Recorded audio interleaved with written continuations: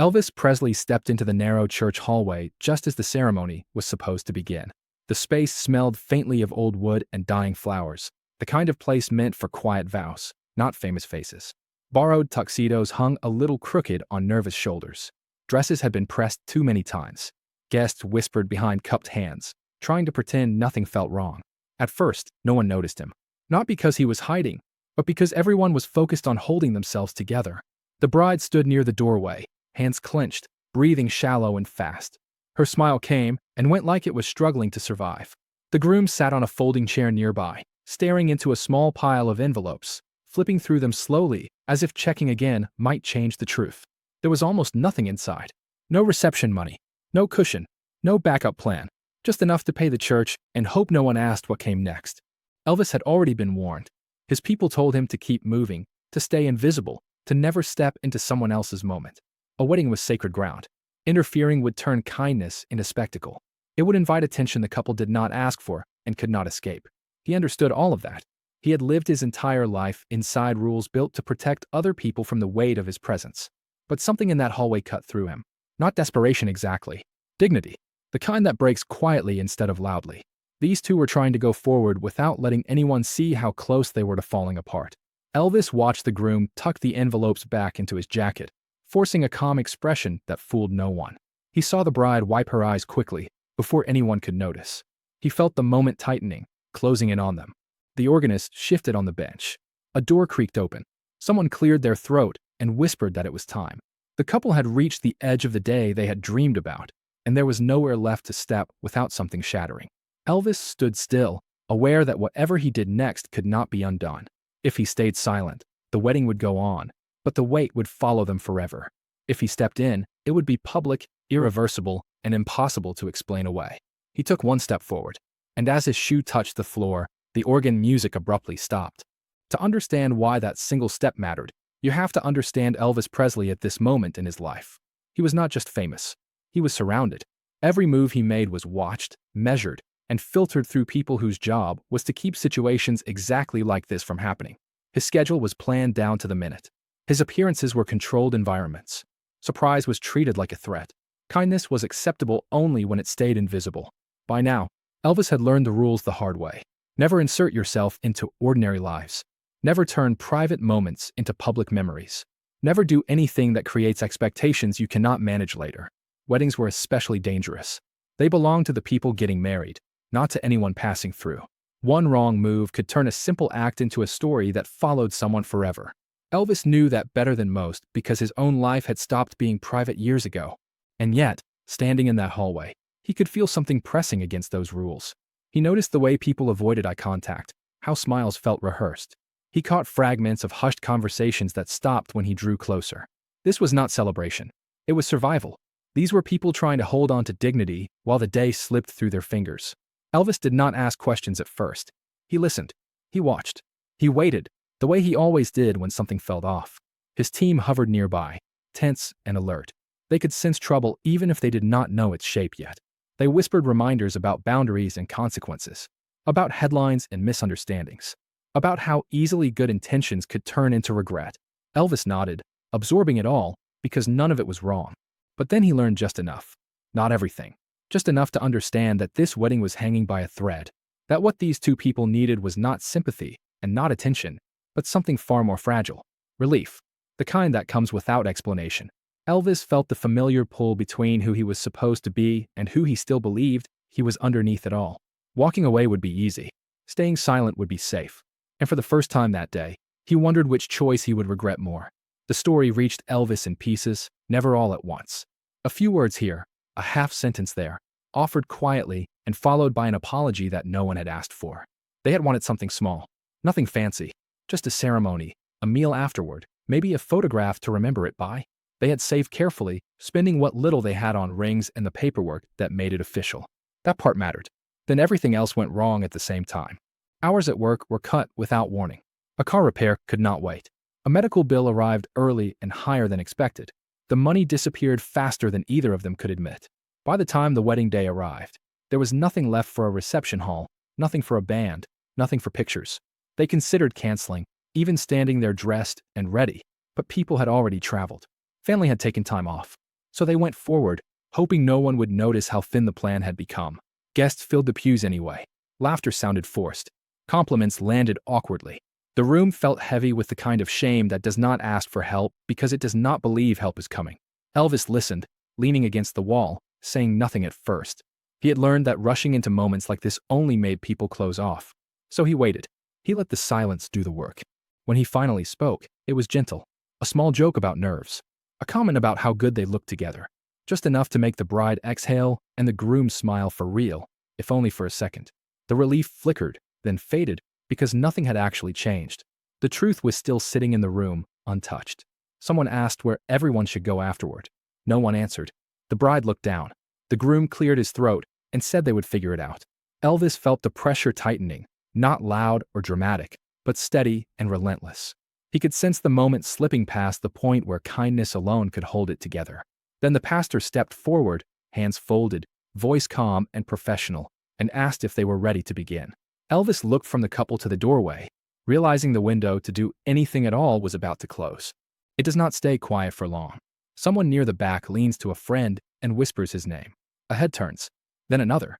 Recognition spreads the way it always does, soft at first, then impossible to stop. The energy in the room shifts. What had been private desperation becomes something fragile, exposed to interpretation. Elvis feels it immediately. His presence alone has changed the temperature of the day. He knows what happens next if he walks away. The couple will remember this forever, not as kindness, but as the moment hope brushed past them and disappeared. A story that will grow heavier with time. He also knows what happens if he stays. Expectations will inflate instantly. People will assume things. Help will turn into spectacle. A quiet wedding will become something it was never meant to be. There will be no way to control the narrative once it starts. His team closes in, voices low but urgent. This is exactly what they warned him about. Someone offers to guide him out a side door before things spiral further. No one is accusing him of anything yet, but they can all see it coming. Once the ceremony starts, there will be no clean exit. Elvis nods, hearing every word, but his attention keeps drifting back to the front of the room. The bride's mother is standing off to the side now, wiping her eyes with a handkerchief she has folded and unfolded too many times.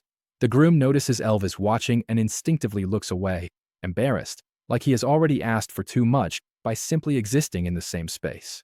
He does not say a word. He does not ask for help. He does not even look hopeful. That somehow makes it worse. Elvis understands then that any choice he makes will define this day, not just for the couple, but for everyone watching. Silence will be interpreted as indifference. Action will be interpreted as something else entirely.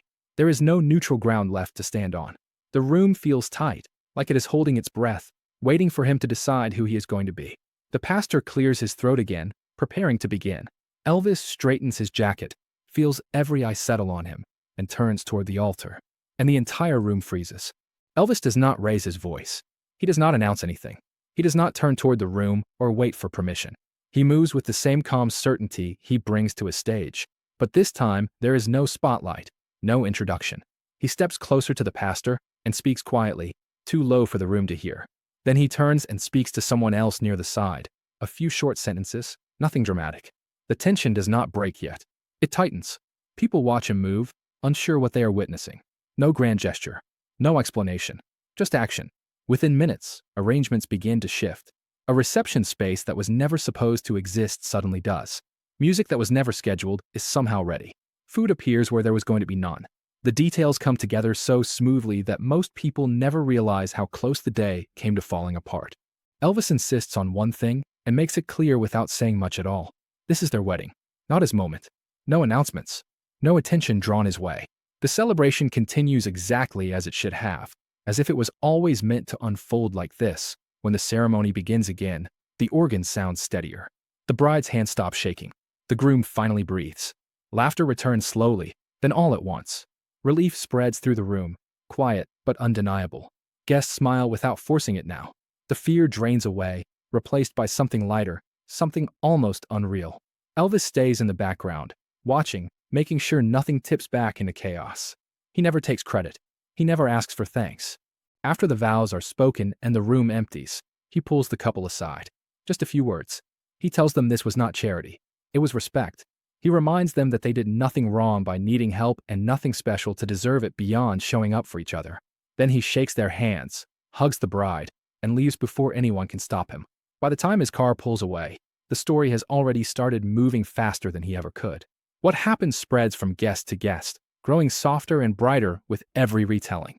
It becomes legend not because of money, but because of timing, and because one man knew exactly when to step in and exactly when to disappear. By the next morning, the wedding had already slipped into something else. It traveled quietly at first, passed between friends over coffee, between relatives on phone calls that lasted longer than planned. A miracle, someone said, half joking, half serious. The details shifted immediately. Some insisted Elvis had sung a song during the reception. Others claimed he stayed for hours, laughing and dancing like an old friend. A few swore he paid for everything personally, down to the smallest detail. None of those versions were quite right. What stayed consistent was the feeling. The way he had treated two ordinary people as if their moment mattered more than his image. That part did not change no matter who told the story. It was not about money. It was about timing. About knowing when to act and when to disappear. By midday, reporters were calling churches and relatives, chasing fragments of a story that refused to sit still. Cameras showed up too late. The moment they wanted had already passed. Elvis did not help them. When asked, he waved it off with a shrug and a soft laugh, uncomfortable with the attention. He said it was nothing. Said people made too much out of things. Said he just happened to be there. Anyone who knew him understood that was how he always handled praise. He never liked the spotlight when it followed him into places it did not belong. But the people who were in that room knew better. They remembered the tension before he moved. They remembered how close the day came to breaking. They saw restraint where spectacle would have been easier. They saw kindness delivered without announcement, without strings, without expectation of return. That was what made it stick. The couple went back to their lives quickly. Jobs, bills, routines. Nothing magically changed about their circumstances, but they carried something with them that did not fade. A memory that felt slightly unreal, like something borrowed from a dream and tucked away carefully so it would not be damaged by explanation. Years later, they would still look at each other and smile at the same time, remembering how it felt when everything almost collapsed, and how, for a brief moment, it did not. Years later, the story still circulates because it reveals something about Elvis that fame usually buried. Not the performer, not the icon, but the man underneath the machinery built around him. By then, his image had been frozen into something larger than human, all jumpsuits and stages and screaming crowds. Yet this moment endured because it ran in the opposite direction. There was no audience to impress, no record to sell, no applause waiting on the other side of the gesture. Elvis did not need permission to care, and that mattered more than anything he did that day. He lived in a world where no was the default answer, where handlers existed to prevent risk, and where sincerity was treated like a liability. Saying yes was dangerous. Saying yes without explaining yourself was even worse. But he understood something that fame often erases. That timing can matter more than scale. That presence can outweigh performance. The wedding did not make him a legend. His music had already done that. His voice, his rhythm, his ability to command a room had secured his place long before he stepped into that church hallway. What this moment did was quieter and somehow deeper. It reminded people why legends last when the noise fades. Not because they dominate every space they enter, but because they know when not to. People who heard the story years later often focused on the wrong parts. The money, the logistics, the idea of rescue. But those who really understood it talked about restraint, about how he never centered himself, about how he left before gratitude could turn into obligation, about how he protected the couple's dignity as fiercely as he protected his own. That was the real lesson hidden inside the story. That power does not always announce itself. Sometimes it moves quietly, fixes what is broken, and disappears before anyone can clap. Elvis stepped into someone else's life at the exact moment it was about to crack, not to change it forever, but to steady it long enough for them to keep going on their own. That is why the story survives. Not because it was dramatic, but because it was precise. A reminder that even the most famous man in the room can choose humility. And that sometimes, the most meaningful thing a legend can do is refuse to act like one.